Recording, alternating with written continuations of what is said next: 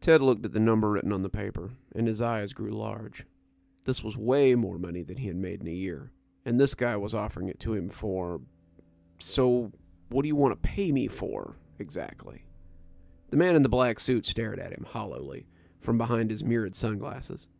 He sat nonchalantly across the table in the small coffee shop that Ted had written in for the last 4 years. Ted liked the ambience here, and many of the local writers seemed to think it was a great place to read as well. Ted could see many others around him, plinking away on their MacBooks or off-the-shelf Walmart laptops as they wrote the next great American novel or the next hit screenplay. The longer the man sat there, the more Ted wished he had approached one of them instead. "It's very straightforward," the man said, his voice in cadence reminding Ted of Agent Smith in the Matrix movies. "We want to pay you for your talent. You come to our office, let us see your talent, and we pay you for it. Sounds like something you might be interested in?" Then he smiled, his lips sliding away from his perfectly artificial teeth, and Ted cringed all over. It was like a dog who'd been taught to smile, unsettling and a little alarming. But it was a lot of money. "Let me think about it," Ted hedged, and the smile slid mechanically from the man's face. He produced a business card, rising suddenly and holding it out. "Let us know if you change your mind. The offer's valid whenever you're ready." He left then, making his way for the door like a shark hunting for its next meal. Ted looked at the card and wrinkled his eyebrows. It was a plain white business card, nothing fancy, with the words "Libris Talent," because your talent should never go to waste. Ted looked at it for a while as his laptop screen went into sleep mode, darkening and allowing him to see himself as he sat in contemplation. How very curious. Ted had been writing in some form or another for his whole life. When he was a kid, he drew pictures and created games for his friends to play. Ted's pictures, his mother swore, always told a story, and his games were never the haphazard mess that his friends often concocted. People who weren't even part of Ted's friend circle often came to join their games, and they were both fun and engaging in a way that was hard for a child to explain. His teachers praised his creativity and expected that he would do great things one day. As Ted grew, so grew his stories. By the time he was in middle school, Ted's work with fantasy was often entered into writing contests and local student work projects. His playground games had evolved into role-playing games, and when Ted was 12, he discovered the fantasy world of Dungeons & Dragons. He began a lifelong love affair with the game, and he took to the role of game master quickly. Ted's campaigns were immersive, his characters engaging, and his adventures never fell victim to the problems his friends usually encountered. Ted wrote well, and again, the adults in his life often praised him, expecting great things from him in the future. It had been a no-brainer for Ted to start studying writing after high school. He had soared through what is normally a very trying time for teens by channeling his churning emotions into his medium. Ted had gotten more than one scholarship for writing, and as college loomed, he put all of his efforts into his work. Ted spent the next 4 years working on a BA in English and Literature, and in the end, he felt he had the expected tools to begin plying his craft professionally. Now, however, Ted was trying to figure out how to turn his talent into a paycheck so he could pay his bills. Magazines liked his work, but wanted a writer with more experience. There were people online who would pay for his stories, but not enough to live off. Agents were interested, but they didn't want to take a chance on someone so young. Ted's writing was always well received, but there was always the ever-present but hanging at the end of all those praises. A few interested publishers had approached him, but it was always the sort that buried the line of price amidst all the talk. Ted was 26, 4 years out of college, self-published, untried, and no one was willing to take a chance on him. No one except Libris Talent, that was. Ted Googled them, of course. He had been burned too many times before and wanted to see what he was in store for if he decided to take their offer. Their website was professional, but ultimately soulless. Their credentials were numerous, but were presented without any real pride. This soulless corporation wanted another book for their accolades, another pet writer for their trophy case. If Ted signed on with them, he would be just another soulless shill who writes for nothing but a paycheck. Ted's phone buzzed. He looked down and sighed as he saw a message from the power company. His check had bounced again, and they were going to shut his power off at the end of the month if he didn't come up with some kind of money. That likely meant that Mr. Capish, his boss at the gas station, had given them bad checks again. He would never admit it, and this likely meant that Ted wouldn't get paid until the end of the month. He looked at the card. Or maybe he'd be able to keep the lights on after all. Ted nervously checked his phone to make sure he had the right address. He had come to a 2-story stucco building that looked more like a distribution center than a publishing house. Ted had worn his best interview clothes, a polo and a pair of slacks, and he already felt underdressed and unsure of the situation. The outer facade bore a simple sign, white and stark, just like the business card, Libris Talent. Ted thought about leaving, but the call of the money was too much to resist. The woman behind the counter wore a similar smile as he walked in. She was looking at the door as though expecting him, and her pantsuit and coiffed hair made her look assembled rather than styled. Ted was taken aback by her smiling regard, and he almost left again. The waiting area was as stark as the outer facade, and the receptionist's regard made him feel like he had been marked. Had she been staring at that door the whole time, just waiting for someone to come in? "Hi," Ted said. I'm looking for—" "Welcome, Mr. Dreff. Mr. Sereph is waiting for you in the back. Please go right ahead." She pointed to a door to the left of the waiting room, and Todd walked hesitantly toward it, his strange feeling growing with every step.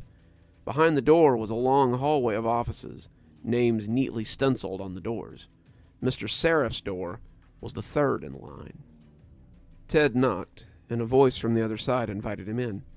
Mr. Sereph sat behind his desk, the too wide smile stretching his lips painfully.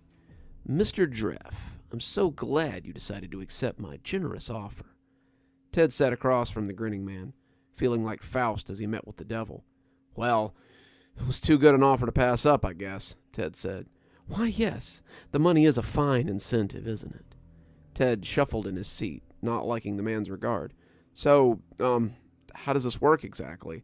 Do I have to write something for you, or—" Ted blinked as a contract appeared on the desk. Mr. Sereph was leaning over the desk, too, that smiling face of his, a little too close for Ted's liking, and he handed him a heavy silver pen. Had that contract been there the whole time? Ted sat back a little, that too wide smile putting him off as the man leered at him. "What's wrong? I thought you were ready to sign." "I am. I'm just curious about what's involved in this," Ted asked. "Show us your talent, and we pay you for it. Couldn't be simpler." Ted looked at the contract, unsure of whether to sign or not. He'd heard of writers getting sucked into these unfair contracts before. He didn't fancy being someone's pet writer, his talent milked for God knew how long. Ted looked down at the contract, but it wasn't particularly helpful either. They offered to pay him for his talent, but that was all it said, really. It was very vague, not really saying anything other than that, with a lot of industry speak in between. As Ted hesitated, though, the money loomed up in his mind again. That was a lot of money, enough to live comfortably for quite a while if he was careful. No matter what they had him do, that kind of money could change his life. And even if it were repetitious or degrading, he'd still be doing what he loved, right? Ted signed the contract and pushed it back to the smiling man. Mr. Sereph made it disappear before the ink was even dry, and Ted was left holding the bulky silver pen in his numb fingers. "Excellent. Now come with me so we can assess your talent." Mr. Sereph rose from the desk and led him out of the office. Ted followed wordlessly, still not quite sure what to expect. The long corridor slid past as they walked, and the sameness was a little disorienting. Mr. Sereph stopped outside of another nondescript door and held it open. Inside was a stark white room, cluttered only by a desk and a pin in one of those ornate pin holders you often saw at weddings. Mr. Sereph nodded to the desk, indicating that Ted should sit. "What do you want me to do?" Ted asked, still hovering in the doorway. Ted wasn't sure he wanted to enter that unblemished space. "Just take up the pen. It'll know what to do from there," Mr. Sereph said, still grinning that troubling smile. Ted hesitated a moment longer before walking inside, the door slamming like a coffin lid behind him. Ted took a seat. On the desk was a single piece of paper, unblemished, and as he looked at it, he could swear that the surface moved. He didn't want to touch it, but it seemed to beckon him to nonetheless. He reached out for the pen, that instrument of creation, and it felt very right in his hand as he lifted it from the holder. He set the tip against the paper, and again he thought it moved. What was he meant to do here? What was he meant to write? Show them his talent? How was he meant to... The pen came down on the paper, its tip blotting the surface as though through magnetism. Suddenly, Ted was writing. He was writing words, crafting stories, spilling ideas as the paper drank them down before his eyes.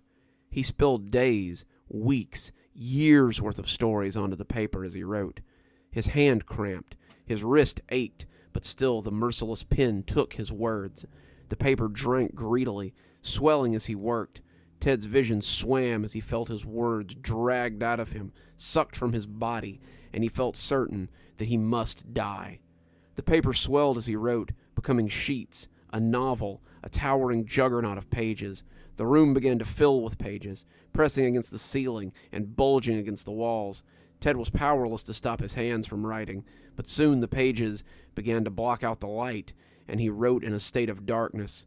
The pages pressed at him from all sides, entombing him in written word, and yet he wrote.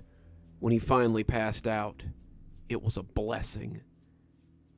Ted woke up in his bed, his arm throbbing, his fingers and hands feeling like rubber. But when he tried to move, he found that they were asleep. He shook at them, thinking that maybe it had just been a weird dream. He had written himself into a literal tomb, and as he looked at his arm, he almost thought he could see blisters on his fingers. He sat down at his computer, looking through his emails for job offers, when he came across a new email from Libris Talent. He thought it strange, considering that he had just been dreaming about them, and now they were sending him a message. He figured they wanted to make him another offer for his talent, whatever the hell that meant. He opened it and read through the email, confused as he read the contents. Dear Mr. Dreff, we would like to thank you for your talent. Please find enclosed the payment for your talent. We hope you are satisfied with the transaction. Regards, Mr. D. Sereph.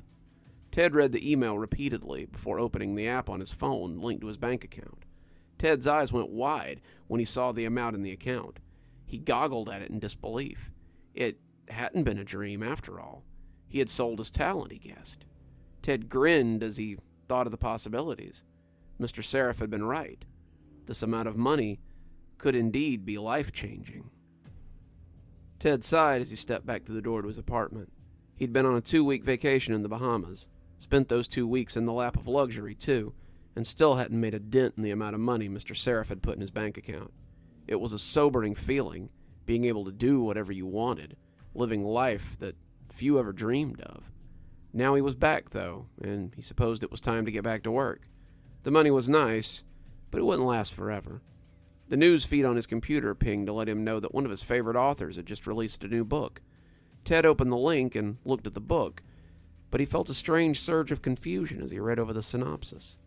It was a new novel, not like anything the guy had ever wrote before. A world of high fantasy, a tale of adventure set in the world of Eridar, where the lords of the hunt sought the prince of... Ted was astonished. That was his story. He'd been fleshing out the concept for years, and his manuscript was almost ready for submission. He had been so close to sending it off. Well, maybe in a couple of years he would have. He had just been getting it ready before he sent it off. He wanted to make sure it was perfect. The manuscript. Ted had the manuscript saved on his Google Doc. Ted furiously opened the browser, putting in his information as he brought up the account. It would be time-stamped, dated. He could take it to the proper people and prove that his work had been stolen. He couldn't believe that something like this had happened to him. He had read about this sort of thing happening online, but he never dreamed that it would happen to him. It was unthinkable, impossible. His Google Doc was empty. The screen was devoid of content. He pulled open the drawer next to his desk, searching desperately for a thumb drive he kept there as a backup. The drawer was also empty. Ted searched the computer for traces of his manuscript, his stories, anything at all, but they had all been erased. Ted had begun to panic then. What had happened? Someone had been in his apartment. Someone had stolen his work. Someone had taken his talent. Ted combed through his emails, searching for the email from Mr. Sereph. It, too, was gone. Nowhere to be found. It was as though he had never actually spoken to anyone. He found Mr. Sereph after 3 weeks of stalking the coffee shop. He had gone down to the building that had been Lieber's Talent, but it was abandoned. The doors were locked, the sign was removed, and the building looked empty and forlorn. It had been too big of an operation to simply close up overnight. He had asked the people in the building about it, but all of them had just shook their heads, saying they didn't know anything about a talent agency or a publishing house. That was when he had taken to stalking the coffee shop. The place was always packed, and if Mr. Sereph was looking for other writers to swindle, he might come back there. He'd brought his laptop the first few times, but had finally just stopped. He was too distracted to write these days, after finding out his life had been stolen, and all he thought about was having his work returned to him. He'd spent the last 3 weeks drinking coffee and keeping his eyes peeled. He arrived when the place opened, and he didn't leave until the final customer had shuffled out. It was just after sunset on Tuesday when he found him. "What we're looking for is your talent." Ted swung his head around sharply. The man at the adjoining table was talking to a blonde girl that Ted had seen hanging around lately. She was working on a screenplay, he thought. Working hard, it seemed, and it seemed that she had gained the interest of Lieber's Talent. She looked over at the business card and told him she'd think about it before leaving in a hurry. The man sat for a moment, watching her leave, before turning to look at Ted. "Mr. Dreft, I hear you've been looking for me." Ted jumped, not sure what he would say, as Mr. Sereph came sauntering over to his table. He sat in the empty seat, his too wide smile making Ted cringe as it always did. He took a sip of the cold coffee that Ted had left there and seemed to be waiting for him to speak. Ted still wasn't sure how to begin this encounter. In his head, Ted had always been indignant, downright angry, but now as he stared into that too wide smile, he felt unsure of what he was doing. "I assume that you're here to talk about your talent. I must say, when it hit the bestseller list, I was shocked. I suppose we could reassess your price if you're looking for more money." That lit the fire in Ted again. "I want to know exactly what the hell you think you're doing. You break into my apartment, you steal my work, clean out my hard drive, and then you think you can just bribe me with more—" "I did no such thing," Mr. Sereph said, rolling his eyes. "We paid you for your talent. Your talent was writing. You signed a contract and were compensated handsomely." "Wait, you mean you paid for my stories?" Mr. Sereph scoffed. "Stories? Mr. Dreft, have you tried to write since you woke up in your bed?" Ted thought about it. Had he written anything in the past 2 weeks? Had he even felt compelled to write anything? He had signed his name to a few things, maybe written a text or two, but other than that, he hadn't written so much as a sentence creatively. He'd been having so much fun that the need hadn't arisen, and that should have worried him. The writing was what Ted did. Without it, his life was empty. "That's right. You sold your talent rather cheaply, too, Mr. Dreft. But your kind usually does. You cut your goose open too quickly and find nothing as valuable as what you had." "So what is Lieber's Talent, then? You sell ideas to other writers?" Mr. Sereph scoffed again. "Ideas? You're still thinking too small. Do you think that talent is something that just lasts forever? Talent is a finite resource, Mr. Dreft. It flows and ebbs. Some people are lucky enough to have a large tidal pool, but some people have to buy their talent to supplement. Lieber's Talent finds those in need of talent, literary, athletic, political, what have you, and we get talent for them." Ted's blood ran cold. "So, I'll never write again?" Mr. Sereph looked a little sad. "Sorry, kiddo. Looks like you're just gonna have to live your life like one of these other talentless schlubs. But hey, if you ever decide you want to buy some talent, do keep us in touch." He left a business card on the table and made his way out. Ted sat there, hearing the click of the keyboard and the creation of raw ideas as they went on around him, and put his head in his hands.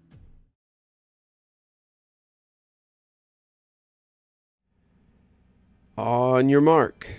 John felt his muscles tense as he prepared to move. Get set. This was his favorite part, the calm before the storm, and his muscles practically fluttered with anticipation. Go! John was off, his legs pumping as he took off from the block. He was the first off the line, as usual, and as he ran, he felt the exhilaration of the wind as it whipped past. He felt like Icarus when he ran, his legs pushing him faster and faster as he raced for the sun. He would not fall. He would not melt. And as he passed the line again, he heard the coach whistle as he checked the stopwatch. John was catching his breath for about 10 seconds before the next runner came jogging up, and John offered him a high five as he came up to stand beside him. He was fast, but he didn't want to rub it in. "Great time today, Jay. Put on a show like that at Nationals next week, and you'll have colleges lining up around the block." "Heck, that's not all," said Mr. Arnold, the assistant track coach. "I heard there might be Olympic scouts there, recruiting for the games next year." John felt his mouth go dry. Whoa, Olympic scouts? That'd be a dream come true. John was only 17, but he had dreams of going to the Olympics since he was a little kid, running around the track behind his apartment. When he felt the wind rushing past his face, he always imagined that he was flying down the rough rubber track of the Olympic Stadium, the fans cheering as he took the curves like a race car and left his opponents in the dust. He was still thinking about it in the locker room as he left. Tom and Cedric came up excitedly, talking about the upcoming meet. Cedric was an alternate for the 50, but Tom had managed to get a spot on the third leg of the relay. It was a pretty important spot, and Tom was a little nervous about it. It was right before the home stretch, and he was afraid that he would mess it up. What if I trip? What if I drop the baton? What if I'm just not fast enough? John put a hand on his shoulder. "You will be, T. You'll be fine. Your times are almost as good as mine." "Right, only off by about 30 seconds. As they walked around, John glanced up at the stands and saw they had a guest. The man was dressed a little nicer than the average track enthusiast, his black suit looking too nice for the bleachers he was sitting in. He had a cane sitting between his knees, and his long white hair was hanging down around his face like a curtain. Even those locks couldn't hide his grin, though. It was wide, and John was afraid that it might split his face in two. His teeth were pearly white, like polished rocks in his gums, and he had a distinctly bitey look about him. "What's up, Jay?" Cedric said, following his gaze up to the bleachers. "Oh yeah, I've seen him a couple of times. I don't know if he's a scout or what, but he's been coming for the last few days." "He's got to be a college scout or something," Tom said. "Why else would anyone else come out to a high school track practice?" "Could be a pervert," John said. But when the guy's eyes settled on him, he felt like if he was a pervert, then he was the kind that hurt you to get his rocks off. "I don't like the look of him. He looks off somehow, like someone wearing a costume." John agreed, walking to the parking lot as he headed for his pickup. He was tired, but it was that good kind of tired that came after a hard run. He'd go home, have a soak, get ready for bed, have a good night's sleep before tomorrow. It was Thursday, the meet taking place on Saturday, and he'd have a nice long run tomorrow after school to make sure that his engines were primed for the next day. It was going to be a good Saturday. The coffee shop was busy on Friday morning. John wasn't a big coffee drinker. Caffeine was a drug, no matter what they said. But St. John's Beans made the best health smoothies in town. Smoothie King was okay, but St. John's Beans used fresher ingredients, and John liked that. His body was a temple, and he liked to treat it as such. If he treated it well, then it would treat him in kind. Melanie smiled at John as he came in. "The usual? I think I'm going to go with the banana protein today. Got a meet coming up, and I want to be ready. Cedric was in here for his usual triple shot of espresso this morning, and said there might be Olympic scouts there." "Could be," John said, trying to make it sound nonchalant. "What you gonna do if you have to choose between the Olympics and some prestigious college that needs a guy who can run fast?" "Shoot, I'm going to the Olympics. That's not even a question." "Even though there might be other options?" came a smooth voice from behind him. Melanie looked up with a smile, but it seemed to pickle as she caught sight of the man. John had never seen such a visceral reaction to anyone, and when he turned, he understood why. The man looked almost angelic with the bright white light of the windows arrayed behind him, but when John got a full blast of him, the illusion was broken. As the man stepped forward, John realized it was the same man that had been sitting in the stands the day before. He extended a hand. "John McCann, the track star of St. Francis Charter School. It's truly an honor to meet you." Likewise, John said, forcing himself to reach out and take the extended hand. He didn't want to. He wanted nothing so much as to refuse it, and as he gripped it, it felt like a bird's wing. The bones moved weirdly beneath the skin, and when John let go, the man's smile was huge. "I was hoping to get a chance to talk with you before the big meet on Saturday." John moved aside, letting the man make his order, and when he turned back, John tried to fix his face so that it looked normal. "You some kind of agent or something?" John asked, trying to get interested. "I am. I work for Libris Talent, and we would like to inquire whether or not your talent is for sale." John looked at him funny, not sure what he was talking about. Was he asking to represent him? Trying to become his agent? John didn't really want to work for someone like this man, but if the money was right, he supposed he could look past it. His mom was working 2 jobs for his tuition, and some extra money would be nice right about now. "Well, I could be looking for representation. What are you offering?" "We want to manage your talent. Maybe put it into hands that can better mold it. We will pay you handsomely for it, more than compensate you for your considerable talent." John thought about it, sipping his smoothie as he tried to look anywhere but at the man. "I don't believe I've ever heard of Libris Talent before. Are you guys new?" "Well, we used to only cover literary talents, hence the name, but we've been branching out as of late."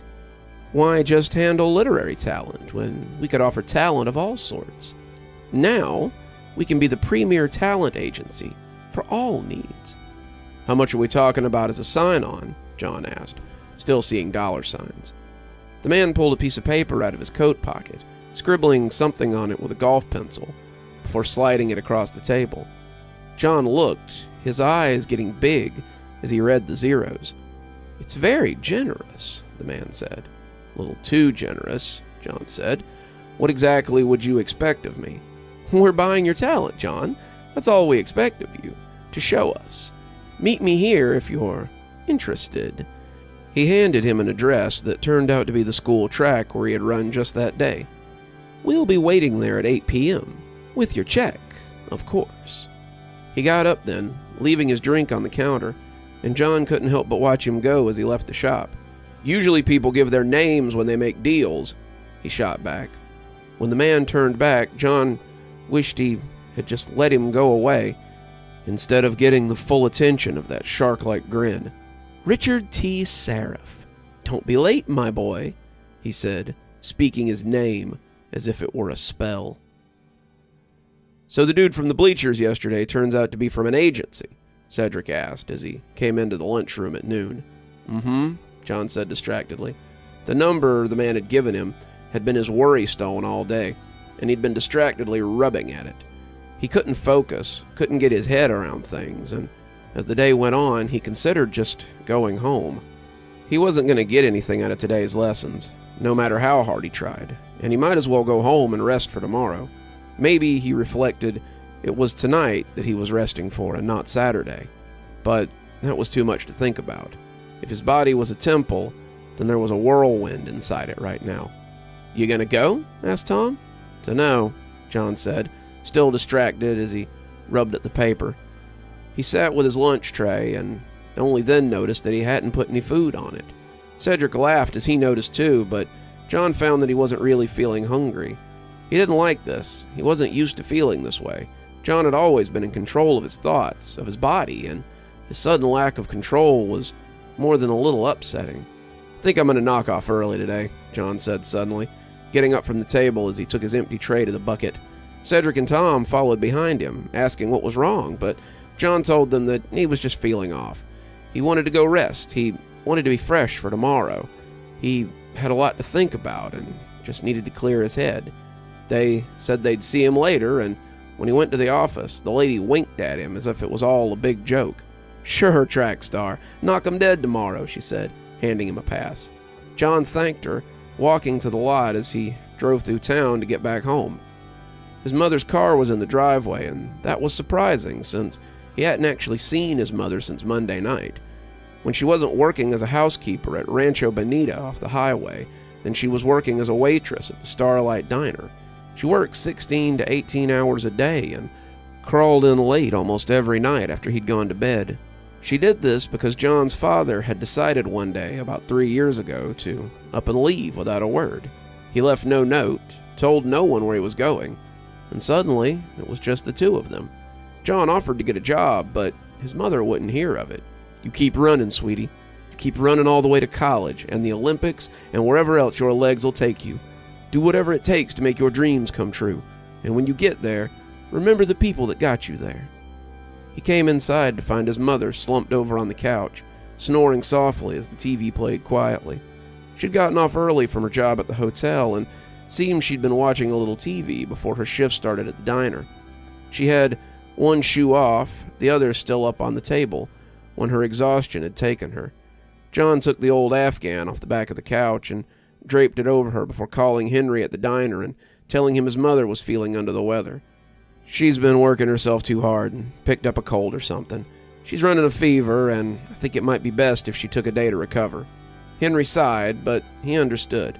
"I keep telling her she's got sick days for a reason. She just wants to do right by you, kid. She wants to give you the best. Tell her I hope she's feeling better tomorrow. She said she was coming in a little late so she could watch you at your big meet. Knock 'em dead, kiddo." John smiled as he hung up the phone and went into the kitchen to start dinner. When his mother came awake suddenly, sounding like a deep-sea diver coming up for air, she rushed into the kitchen like a bat out of hell. "Jesus, John, why'd you let me sleep so late? I'm going to be in so much trouble. Henry'll fire me for sure. I have to hurry. "It's okay, Mom. I called Henry and told him you were feeling under the weather. He said it was fine.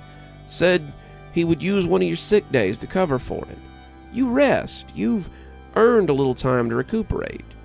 John had just been taking the pork chops off the stove, the green beans and mashed potatoes already done, and when he sat the plate down in front of her, his mom looked surprised. "Johnny, when did you have time to do all this?"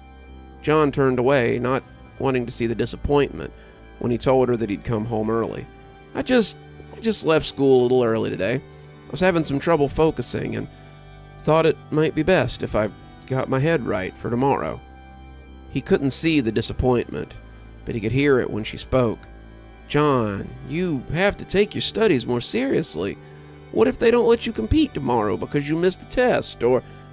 "My grades are fine, Mom. I'm not going to be valedictorian or anything, but I'll pass. When I go to college, it won't just be for my running times either. I'll get there on my own merit. I can't run forever, after all," he added with a wink. His mom nodded, tucking into her dinner as John finished his. He looked at the clock on the stove and realized it was creeping up on 8 o'clock. Watching his mother eat, John had decided to take the deal, regardless of what the old man looked like. He kissed his mom on the forehead, going upstairs to get ready. "Where are you off to so late?" she asked, 10 minutes later when he was heading out in his running gear. "I need to do something. I'll be back soon. I love you, Mom." He kissed the top of her head again and headed for the door. Seeing her like this made it all the easier to decide what was right.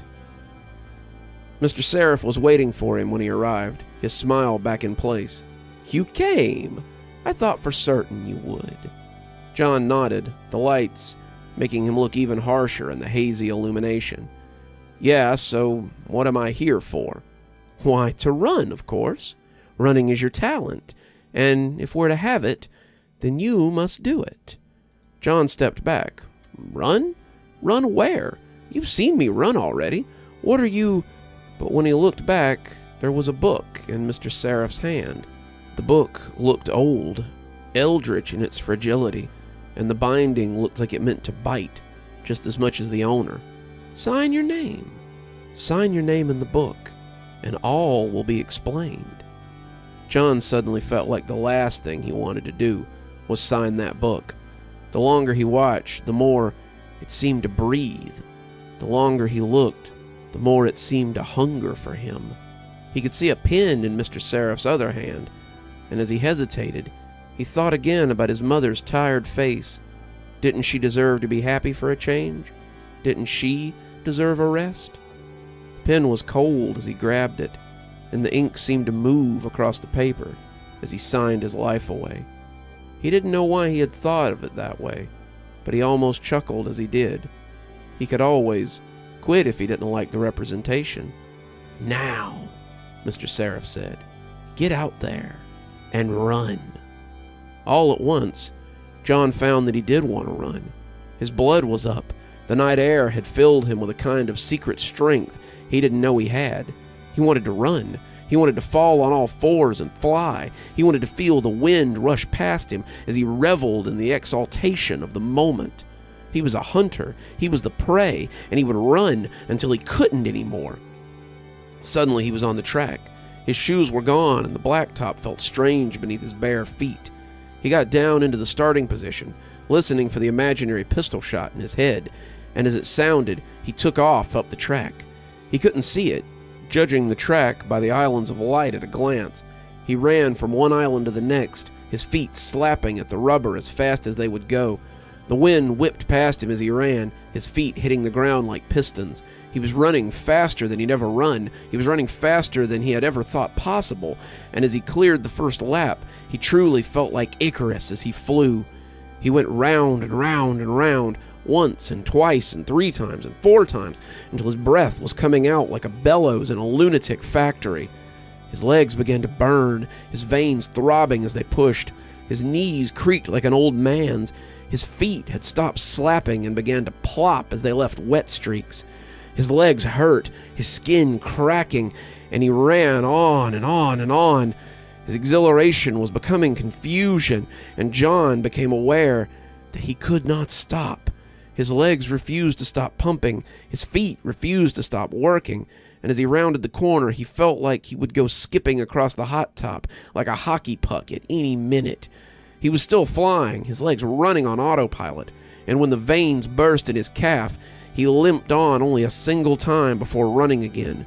His muscles stood out like the muscles of a horse, and when his tendons cramped badly, he ran on despite it. He screamed as the muscles began to shred themselves, separating from the bones and tendons as they unraveled. He had learned about this, how his legs had worked, in biology class, but it was amazing how they seemed to unravel like yarn as he pulled himself to pieces. He staggered, his legs still trying to move, and when he finally fell, the concrete ate him up as he bounced across it. He came to rest within a puddle of light, his body throbbing as his bruised lungs tried to pull in air and scream. His legs were thankfully going numb, but it was hardly a comfort. He passed out with his cheek against the concrete, bleeding and throbbing in impotent pain. That was where they found John.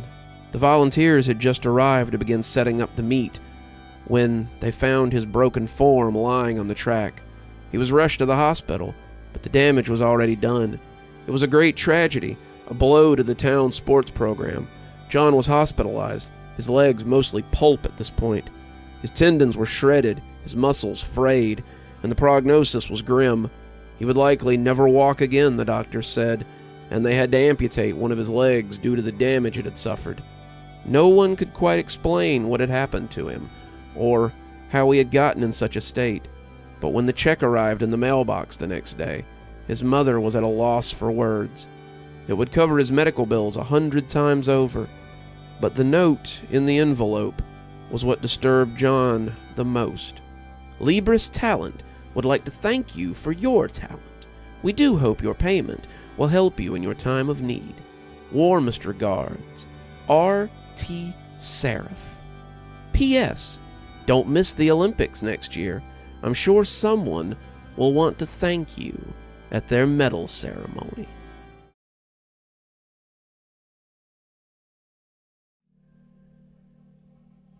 Socialism is no more the answer to capitalism than hedonism is the answer to starvation. We must look to history for the answer. Socialism has been tried many, many times. It has never succeeded, and has always been little more than a stick to prop up the desires of small, weak men. David looked at Carter from across the stage as if he believed he had won. Carter smiled right back at him, preparing to end that thought. I couldn't agree more. The auditorium went quiet at this revelation. There weren't as many people as there would be next week, but the debate team members made up about 15 in all. The 13 not on stage, 14 if you counted Mr. Markle, sat in the seats of the auditorium and watched these two titans of debate ply their craft. The sudden reverse of Carter's platform, capitalism versus socialism, had them stumped, and even his opponent seemed flabbergasted by the sudden turn. Carter, are you conceding your platform? Mr. Markle asked. Far from it, Carter said. I'm simply saying that just because a perfect form of socialism has never existed, doesn't mean that it should be abandoned. By that logic, since a perfect form of capitalism has never existed, we should shunt it aside as well. We do not throw away concepts in this country simply because they don't bear fruit. Religion, politics, even concepts such as banking or public works are far from perfect. Yet we continue to change them, evolve them, and such is the nature of this country. Just because all of socialism has never worked before, and Carter put air quotes around the word worked, does not mean that some form might not in the future. Capitalism has failed us in many ways, but we continue to cling to that old concept. Why throw the baby out with the bathwater just because the soap doesn't appear to be cleaning properly? David didn't seem to have an answer for that one, and as the other members of the debate team clapped, Carter smiled and shrugged at him. It had been a filibuster, a dirty trick, and he knew it. But just like David knew, in debate you either won or you lost. Interesting to say the least, Mr. Markle said, though technically what you have presented is a non-answer. It is perfectly reasonable, but some of the older judges may find it a poor substitute for fact. Carter smiled. Mr. Markle, I don't believe I'll find anyone at regionals as skilled a debater as David here. He was rewarded by laughter from the rest of the debate club, but Carter saw that David was not among them. He was being mocked, and he knew it. Carter did not intend to mock, but still he was. In reality, Carter had a lot of respect for David Brown, and his passionate, if not aggressive, debate style.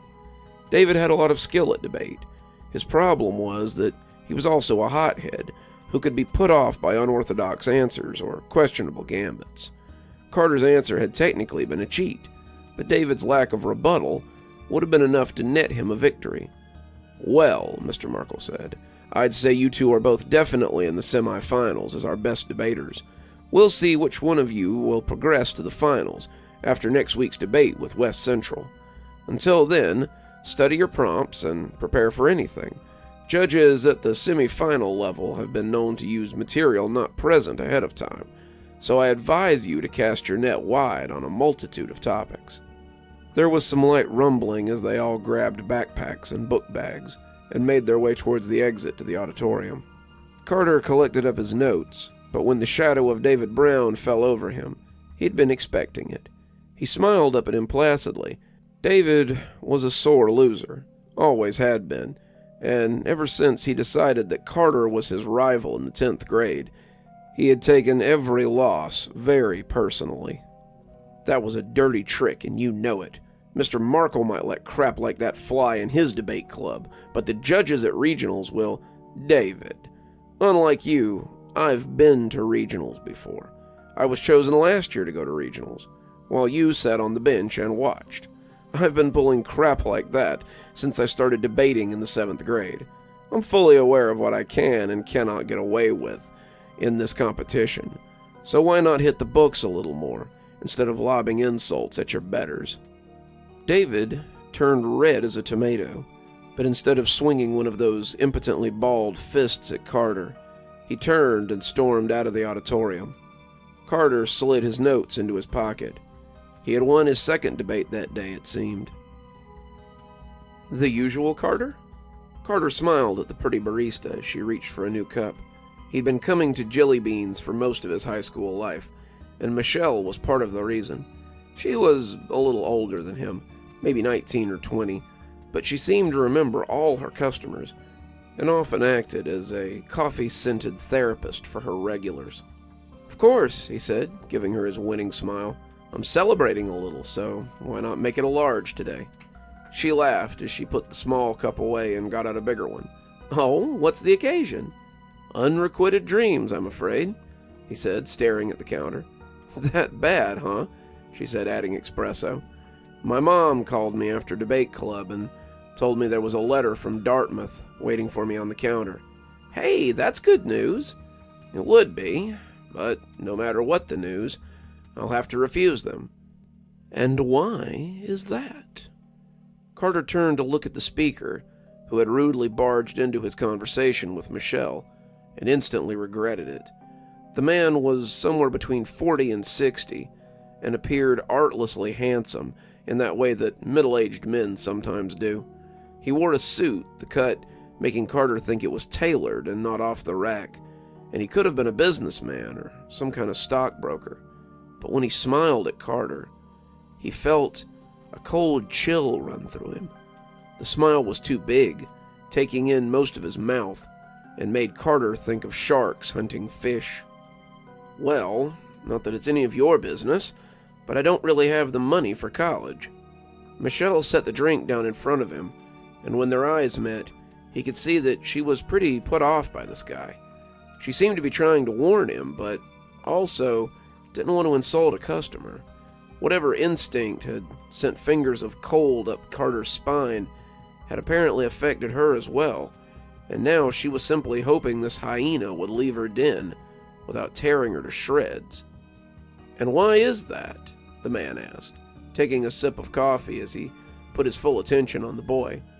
"My parents aren't wealthy. In fact, they work multiple jobs just to keep me in private school. I know it's nearly beggaring them to keep me there, not to mention to pay the mortgage and to feed my other 3 siblings." Carter immediately felt foolish as he admitted all this to the stranger, but it seemed like he'd lost control of his talented tongue. Despite all the warning bells going off about this guy, he brought something out in Carter that he didn't feel often. Did mice tell snakes their deepest secrets before they devoured them? Would this man wring out all his shameful secrets before he swallowed him whole? Aren't there scholarships? No means by which you can get yourself there? I don't play sports.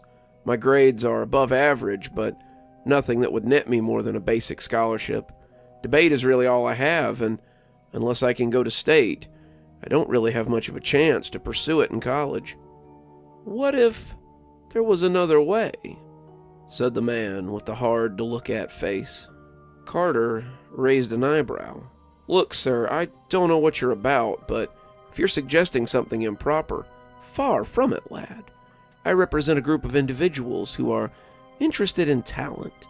They pay good money for said talent, especially in those who may not have the means to utilize it to its full potential." "I see," Carter said, suddenly deciding it might be best to take his coffee elsewhere. "Well, I wish you luck in your pursuits, but I'm not disposed to whatever it is that you may be suggesting. Good day." As he left, he expected the man to attempt to stop him. He expected the man to get angry, or to try to put his mind at ease, when really, what he wanted to do was trap him.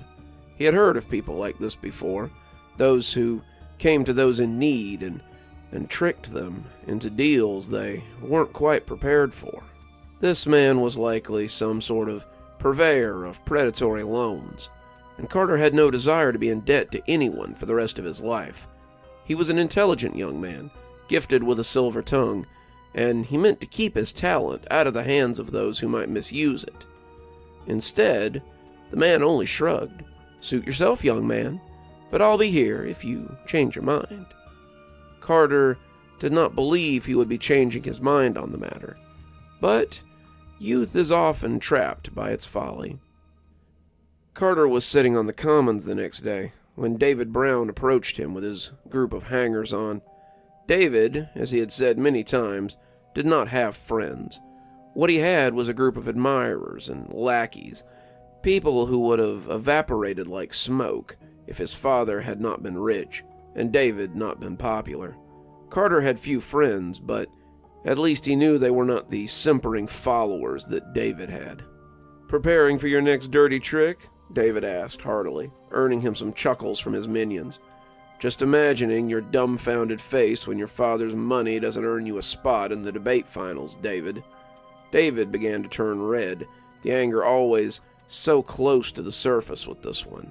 "I'm getting that spot this year, and there isn't a thing you can do about it. Your dirty tricks and foolish pride won't help you this year. I've got an ace in the hole, and I know I'll get the spot." Carter ignored him, leaning his head back as he basked in the midday sun. "We'll see," was all he offered, and when the boys walked away, he felt a pang of frustration worm its way inside of him. What did it matter? What did it matter if he or David went to the debate finals? There would be another David at Dartmouth. There would be many Davids in his life, and all of them would get exactly what they wanted, because they had what Carter did not. David could get into any school off his father's name and the amount in his bank account. Carter had to work twice as hard just because his parents didn't have that luxury. What good would it do to debate when in reality all debates were solved with checkbooks instead of words? He took out the letter and read over it again. "Dear Mr. Mason, congratulations on your acceptance to Dartmouth College. We will have freshman orientation on the second week of August, and enrollment will begin at the end of your current semester. Financial aid is available for those without means, but you may want to look into other sources of payment if these are not amenable. Thank you for your interest in Dartmouth College, and we look forward to seeing you this fall." Alternate sources of payment. That was a nice name for a noose that would hang around his neck. It was his dream school, and he had wanted to go there since he was in the 7th grade. The opportunities he could find at a place like Dartmouth would allow him to rise above the problems that his parents faced. The friends he could make there, the connections he could achieve, and the things he could learn would allow him to make a name for himself. Carter had often thought he could use his gifts to enter politics, maybe even some kind of job with the embassy, but without connections and proper schooling, he couldn't hope to achieve any of those things.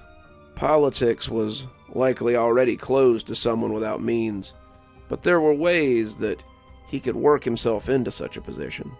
It would take hard work and a lot of determination, but he could succeed on his own merits. Merits that would mean nothing if he didn't have the name of a prestigious school behind him. He closed his eyes as he lay across the picnic table, already contemplating the words the strange man had spoken to him the day before. "I'll be here if you change your mind." Carter tried to push the thoughts away, but he suspected that his mind might be wobbling on the subject. "Mr. Mason? Mr. Mason, your rebuttal." Carter shook himself, having been lost in his melancholy again. His teammates were looking at him, waiting for his flawless delivery, but his mind just wasn't in it. The auditorium wasn't full by any means, but the studious individuals who had come to see the semifinals were looking at him expectantly. He realized he was blowing this, about to blow his chances at the finals, and forced his mind to settle on his counterpoint. The correlation between wealth and success is inseparable. The idea that someone of the working class can obtain financial stability through hard work is a pipe dream. The days when someone can simply work hard to succeed are beyond us. And without outside means of wealth, the working class must be comfortable under the heel of those with wealth and power. He couldn't help but look at David as he finished, and grinned when he rolled his eyes. David should be very familiar with the premise, though maybe not from the appropriate viewpoint they were supposed to be defending. Carter had stayed up late studying for this debate, and the sleep he had gotten was far from adequate. He kept going back to the coffee shop again and again, and the smiling man was always there in his dreams. In reality, he hadn't seen him in close to a week, but the man seemed to burn in his thoughts nonetheless. He haunted his dreams, his words haunting his waking hours, and Carter was becoming frustrated with his dangled offer, though no more frustrated than he was with himself for considering it. "Yes, but what about the American dream? What about the hopes that someone can come here with nothing and gain success? The number of immigrants who come here and start successful businesses has never been higher. People with barely more than the clothes on their backs can be financially stable within a generation. People willing to put in the hard work often do succeed, and I believe that such disparities can be bridged through hard work and perseverance. Look at the fluctuating numbers of YouTube content creators, people who have taken an idea and made a living at it. Look at the number of banks ready to extend loans to small businesses. This is the land of opportunity, not a place where the rich eat the poor, his opponent rebutted. It was Carter's turn to roll his eyes.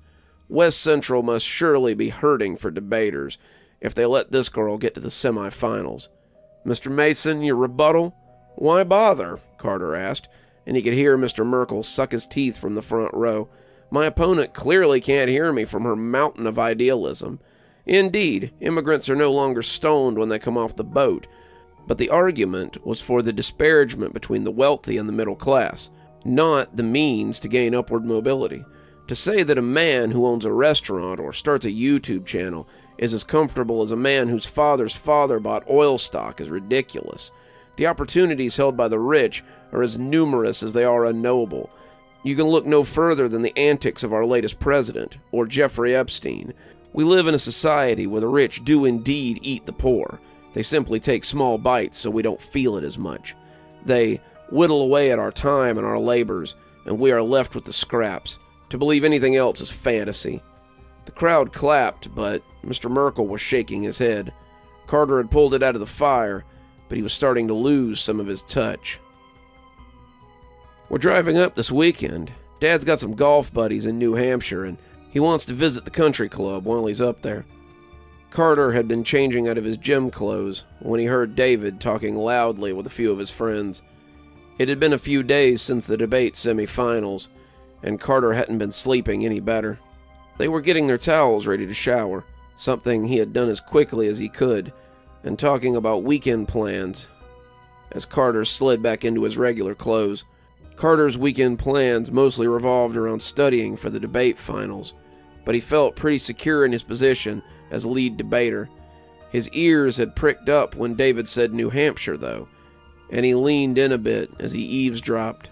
I didn't realize your dad was an alum, Roger said, he and Derek always moving around David like flies on crap. Yeah, he doesn't like to brag about being from a prestigious school. He prefers to let his skills in the courtroom do the talking for him. Still, it'll really help my chances of breaking into politics with a name like Dartmouth behind me. Carter felt his blood run cold. Dartmouth? His Dartmouth? David would be going to the school that he'd wanted to go to for so long, while he was stuck at some college. Worse yet, with his parents' income, he'd be lucky to afford a state college or a community college. David was talking about taking in the sights while they were there, but Carter could barely hear him over the blood pounding in his ears. This wasn't fair. How the hell had David gotten into Dartmouth? His grades were usually barely above a B, and he struggled with anything that wasn't math or extracurricular activities. How would he manage to swing an invitation to a school like Dartmouth? With money. That's how. His dad was an alumni, something that would make David a legacy, and he had likely spread his money around and schmoozed the right people in order to get his idiot son into a school like Dartmouth. They all turned when Carter slammed his locker shut, but he didn't even notice. He had trig next, but he decided to skip it. He strolled right out the front doors and was heading to the coffee shop with strides full of confident rage. If that was the price, then he knew where to get the currency. He knew people too, after all. The man looked up as he entered, smiling like a shark seeing a school of fish. He was leaning in the same spot he had been, waiting for Carter, and the look on Michelle's face told him all he needed to know. Had he been coming back just to see if Carter would change his mind? Why did he care so much? Was Carter's schooling really that important to him? The man made a grisly guardian angel, but Carter supposed that beggars couldn't be choosers. Why, Mr. Mason, what a delight it is to see you, the man said, holding out a coffee as though He'd expected the boy at 2 o'clock on a school day. Carter accepted the coffee and discovered it was as usual. Had Michelle told this guy, or had he remembered from only a single meeting? "What's so heavy on your mind that you would skip school and come to speak with me?" Carter nodded. Straight to business, then. "You said there was another way," Carter said, careful how he asked. "For me to go to school, I mean." "I did," the man said, taking a sip of his coffee. What did you mean?" "I run a business that trades in a very particular commodity. It's quite lucrative, especially among the wealthy. I deal in talent, Mr. Mason, and business has been so good that I'm considering branching out. We've had a few hiccups, of course, but I think we're ready to push on into other forms of talent acquisition. Your talent for debate is remarkable, and we would like to pay you for it." "I'm not sure I understand. You want to pay me for my talent?"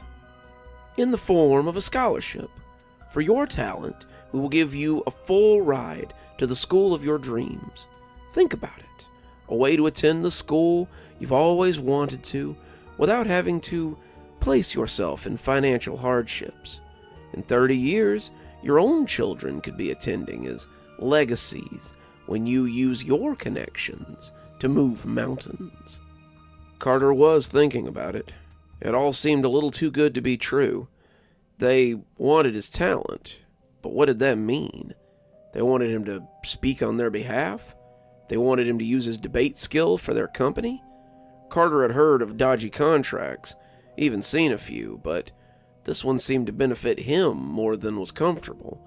How long would they need to use his talent? Was there a certain expectation?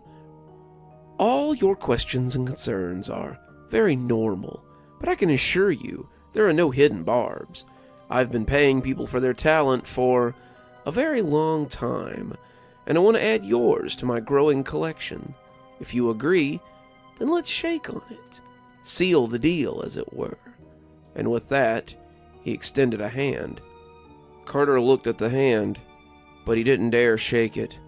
There was a trap hidden there, just below the surface, and it was one that had rows of teeth. Carter took a step away, backtracking as he kept the man with the extended hand in sight. The man's smile never wavered. "That's okay, sport. Think on it for a while. A deal like this comes around so infrequently, but don't wait too long, or it might just pass you by." The bell jingled behind him as he ran, but it wasn't the last Carter would see of that smiling devil. "Mr. Mason, your rebuttal?" Carter looked at Mr. Markle owlishly, blinking as he tried to focus. This was the most important debate of his life, and he needed to be on his game. If he fumbled the ball here, he could kiss any hope of a scholarship goodbye. If he didn't go to state this year and do flashingly well, Dartmouth would be out of the cards forever. He needed to focus, but he was so tired. Carter hadn't slept well for the past 6 days. It had all caught up with him the day he ran from the coffee shop, and it buzzed in his head like bees in a hurricane.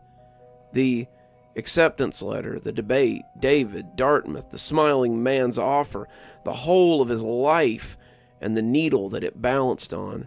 It was all slowly driving him mad, and it kept him from snatching more than a few hours of sleep at a time. He had tried everything from sleep aids to exercise, but every time he closed his eyes, it all just coursed through him like a whirlwind. At the center of that storm was the smiling stranger, and his face took up a lot of space within his anxious mind.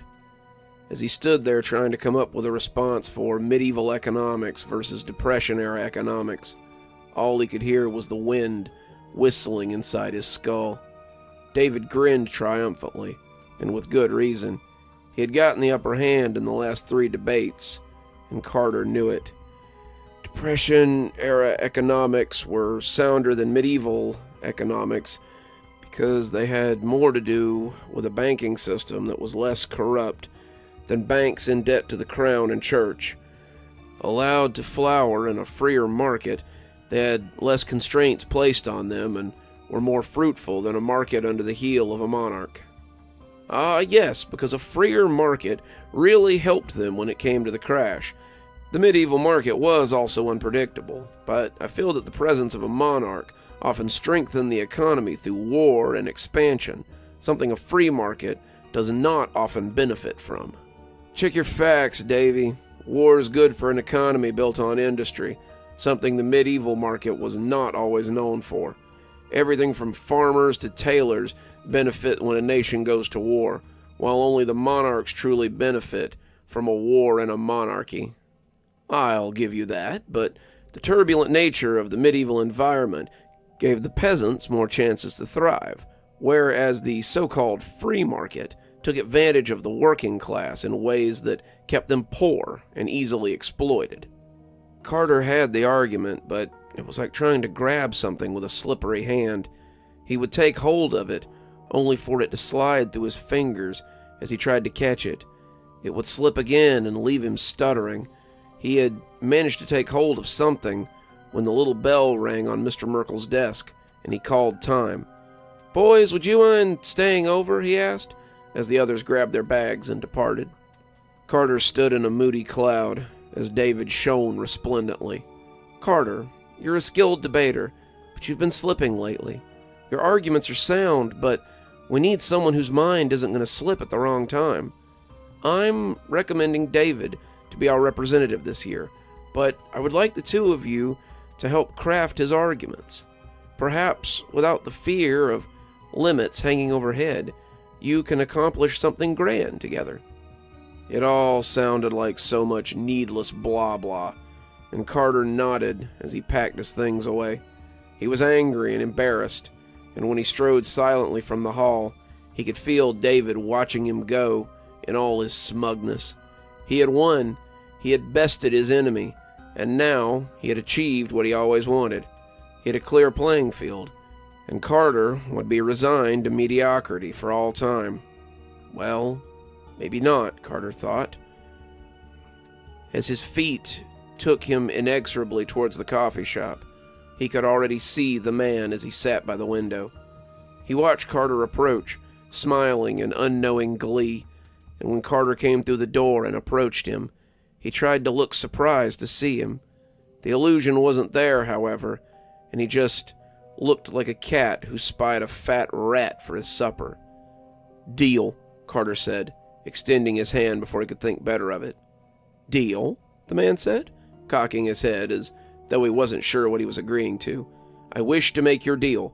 I will accept your scholarship for my talent." The hand shook only a little, and when the man extended his own and wrapped it in his cold embrace, Carter shuddered only a single time. There was a feeling in his throat then, and Carter felt his breath stick. Something was happening to him. Something was happening to his throat, and as it coursed over his tongue, he tasted putrescence in his mouth. It was as if he had regurgitated a rotten fish, and when he tried to gag, his mouth wouldn't obey. He was choking, his throat working, but nothing came out. Black spots appeared at the edges of his vision, and as he fell back and out of the stranger's grip, he heard Michelle call his name a single time. He woke up in the hospital. He woke up in a paper gown with an IV in his arm, and his mother dozing beside him. He tried to ask her what had happened, but as he opened his mouth, nothing came out. He reached for his throat, but it felt fine. He opened his mouth and turned to the nearby mirror, but everything appeared to be intact. His mother came awake as he checked his mouth and told him how happy she was that he was okay. "You fainted at the jelly beans. No one knew what had happened, and that young girl behind the counter was very..." But that was when she realized that he couldn't talk. 3 doctors and a score of professionals later, and no one seemed to be able to explain what had happened. All they knew was that Carter was now a mute for whatever reason, and it was likely to be for the rest of his life. An x-ray showed that his vocal cords had been damaged by something, and his tongue had been injured. No one could explain it. No one even ventured to guess. But Carter never spoke again. He was mute for the rest of his days, and he didn't remember the man until he got home and found the envelope on the counter with his name on it. The one from Libris Talent, extending him a full scholarship to the school of his choice. In exchange for your talent, take this chance to better yourself and to soar as high as you can in your current state. Yours, Mr. Sereph. It wasn't until then that Carter realized what he had meant. Carter's talent had been his debate skill, his eloquence, his way with words, and Mr. Sereph had taken it from him. He had taken his gift and left him with a Magi's gift, and now Carter would have to figure out how to use it. The next few months would be hard, but Carter would overcome them. He would spend the summer in physical therapy, and despite his mother's urgings, he would start school in the fall. He would go to Dartmouth. He would study whatever he damn well pleased, and that son of a bitch would foot the bill if he knew what was good for him. It was 2 years into his study of ancient history that he saw David again. It was 2 years before he discovered the other half of the puzzle. Carter was heading for his class when he happened past an open door and heard someone he had never expected to hear again. The dilemma of the pen being mightier than the sword is that while swords cut a man to death, a pen may cut a man's reputation to shreds as readily as it might cut his throat in the night. A pen may ruin a man in so many ways and never mark him physically. The sword may have the common decency to kill a man, but the pen will mortally wound a man for years to come. He stopped at the door and looked in to find David and another student engaged in a debate. He hadn't seen David since freshman orientation, and that had been a kindness. David had truly been his last great rival, and it shamed him for David to see him like this. He also couldn't stand the way David looked at him whenever they met. It was a knowing look, a knowing smile, and it reminded Carter of the man who had taken his talent from him. Now, as he listened to David shred his opponent with his argument, he realized what it had been for. The longer he listened, the more he heard his own words beneath the swaggering voice of David Brown. David looked up as the crowd clapped and noticed Carter for the first time. He smiled, and Carter realized who had bought the talent that it made it possible for him to go to Dartmouth. After all, had he not already known that money made the universe move? Had he not known that with wealth, anything was possible? It could get you into the halls of learning, catapult you into the most prestigious offices in the land, and even, it seems, silence your opponents and give you the words you couldn't find yourself. Carter hoped that David had paid a pretty penny for his silver tongue, because it had cost him so much in the long run.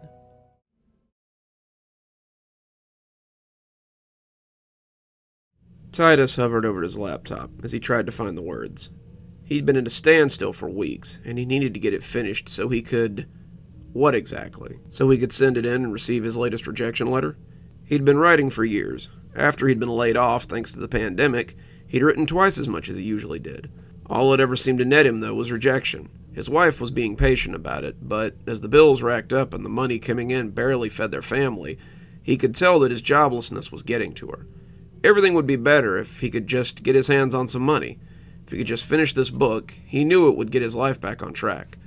The idea had been brewing for years, but it was finally coming together. Forests of Ellenmore would be an earmark in great fantasy stories. There was action, intrigue, forbidden love, warring nations, and a believable magic system. It was so different from the Drek currently on the market. He knew it would be a bestseller, if only he could finish it. The computer chimed, drawing his attention from his passion project. Titus sighed as he glanced at the new email. Probably another late notice, or a message about his account being overdrawn. The sender was unfamiliar, though. A company named Libris Talent had a special offer just for him. Titus started to delete it, but something stopped him. Something nagged at him to open it. Maybe it was a life-changing offer he'd been waiting for. After some internal struggle, he decided to open it, wanting to see what sort of ridiculous offer they had made for him.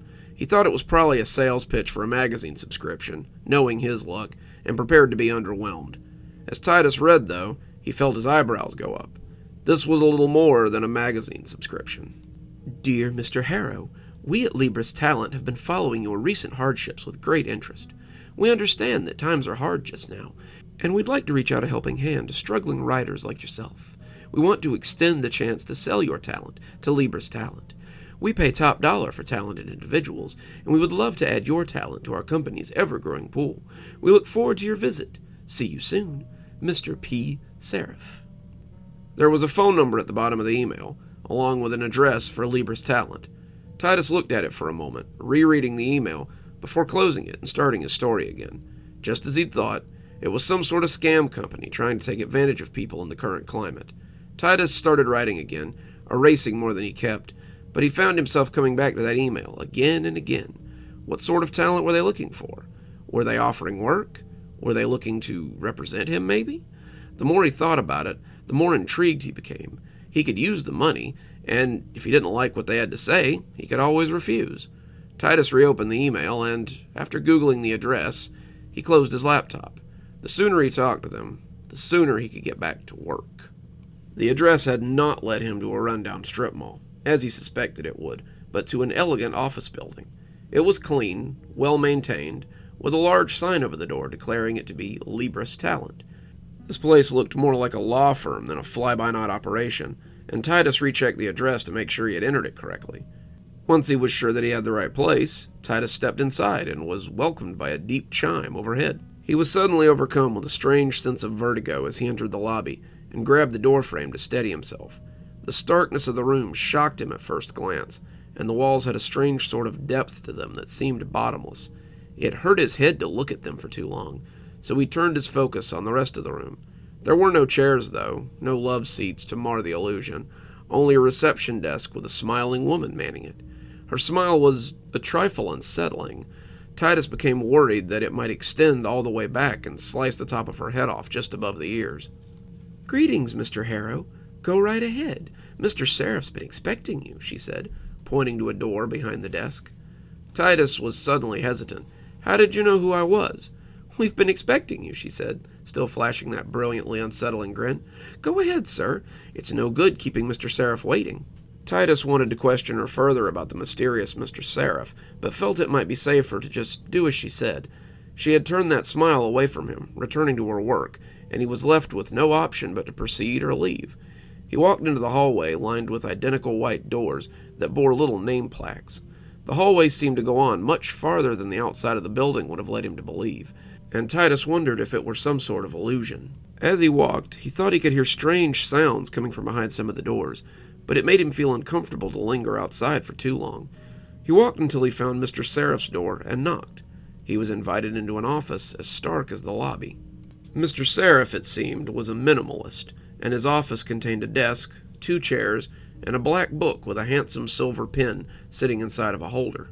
It had none of the photos or clutter common to a working man's desk, and Titus found this as odd as the office itself. Mr. Sereph was a well-kept man who looked about 30, his blonde hair curtaining his face in a European style, as meticulous as his white suit. When he smiled, Titus suddenly felt the urge to run. His too wide grin reminded Titus of the Cheshire Cat, his 2 big eyes reminding him of the big bad wolf. Titus was suddenly very afraid of being gobbled up, bones and all. If Mr. Sereph noticed his discomfort, it didn't seem to bother him. Ah, Mr. Harrow, thank you for coming. Please, have a seat. Titus sat without really meaning to. The man's voice compelled him with its dulcet tones, and it made him forget about his unease for the millisecond it took him to plant his rump. This also put him at eye level with the strange book, and Titus felt his eyes drawn to it as it hunkered on the desk. Titus almost imagined he could see it breathing, watching him, liking him so close, so it might suddenly leap out and, "I trust you found the office easily. It wasn't likely to be what you expected, I'd wager." How did you know that I'd come?" Titus stammered, dragging his eyes off the strange book. "Oh, we've been assessing your talent for quite some time. We feel it could use a more ambitious hand, someone likely to make better use of it. We would like to utilize your talent, as we do with many unambitious individuals. You will be compensated, of course. Times are hard, and a man with no job has to feed his family somehow. What do you say? Do we have a deal?" he purred, putting the bait out like a talented angler. Titus, however, was wary. This smiling man seemed to know all about him, but Titus knew nothing about who he was or what he expected. Who the hell was this guy? He was certain he'd never seen anyone like this before, but somehow he knew all about Titus. How long had he been watching him? Why was he so interested in his talent, as he called it? "How is it that you know so much about me, but I've never seen you before in my life?" "Oh, we know a lot about you, Mr. Harrow. We know you've been out of work for almost a year. We know your wife has become the sole breadwinner for the household and is barely getting by. We know you're in a great amount of debt. We also know that the debt is likely to get deeper without a miracle or untimely access to your life insurance." Titus started to become indignant, but Mr. Sereph put up a hand. "But that is behind you now. With the money we intend to pay you for your considerable talent, you can live the life of a free man once again. Take back what was stolen from you. Clean the slate. A fresh start. What do you say?" Suddenly there was a check in Mr. Sereph's left hand and a pen in his right. Titus could see $20,000 scrawled on the value line and felt his anger disappearing. With that kind of money, he could settle his debts. He could survive until this pandemic was over if he was careful. He could get out from under the funk he'd been squashed beneath for so long. The black book was open between them. When had that happened? It seemed to be waiting, greedily longing for his signature. For his talent. Titus took up the pen shakily, a sweaty hand taking the check and stuffing it into his pocket. He signed his name on the rough top sheet of the book. As his name lay across the pages, he tried to pull his hand back, but it was outside his control now. It moved furiously, the words spilling from the pen across the page. Pages became sentences, paragraphs, chapters, and finally, whole novels, as Titus only watched in horror. The pages riffled, turning, accepting his ink, accepting his talent, and Titus screamed and begged for it to stop. His hand, however, gave away all he had and more. The pages swallowed it all, swelling to a monstrous size as he wrote. Titus didn't know how much he had in him, and soon the ink began to trickle from the page like an oozing wound. It pooled around him, rising like a tide, and he saw Mr. Sereph's smile disappear beneath the liquid tar before his vision was covered in murk. Even as he descended into blackness, he wrote. He awoke on the couch, breathing heavily, the evening news just finishing up. In entertainment news, it looks like fans of Mark Daniels will have something to celebrate soon. He tweeted today that he's began a new novel, Tribes of Ellenmore. Fans of his talented writing, such as myself, can't wait. Titus shuddered. That was his book. His story. Not anymore, though, it seemed. It was gone now. And as he sat on the couch, he tried to remember. He couldn't even think of what it had been about, though. It had been a fantasy story set in somewhere. There had been elves. It was gone, though. It was all gone. Titus remembered the pages upon pages in the black book and wondered if it was the only thing that was gone. He felt something in his pocket and reached in to find the crumpled check. Paid to Titus Harrow, $20,000. On the memo line, it said, "For your talent." Titus now suspected that this transaction had been more Faustian than he had believed. As the check said, Mr. Sereph had purchased more than a book. He had purchased his talent. He felt tears slide down his face as he came to realize what he had sold. In the end, it might have been less painful to sell his soul than his talent.